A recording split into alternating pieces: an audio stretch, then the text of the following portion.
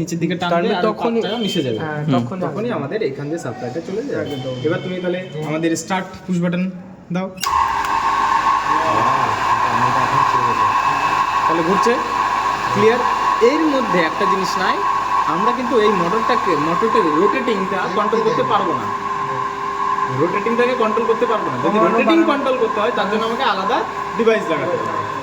এই জন্য এটাকে বলছে কি ডাইরেক্ট অনলাইন স্টার্টার। এর প্রাইম লেভেলেই ঘুরবে, ওর যেটা আমরা ওর আরপিএম যেটা আছে সেটাতেই ঘুরবে। এবার আমি যখনই অফ করতে যাবো তখন কি করতে হবে, অফ করো, অফ পুশ বাটন চেপে দিলো, তার মানে কি অফ চলে গেল। বুঝতে পারলাম?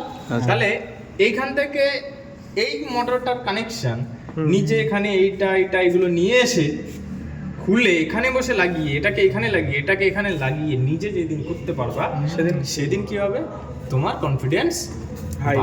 স্যার এটা আবার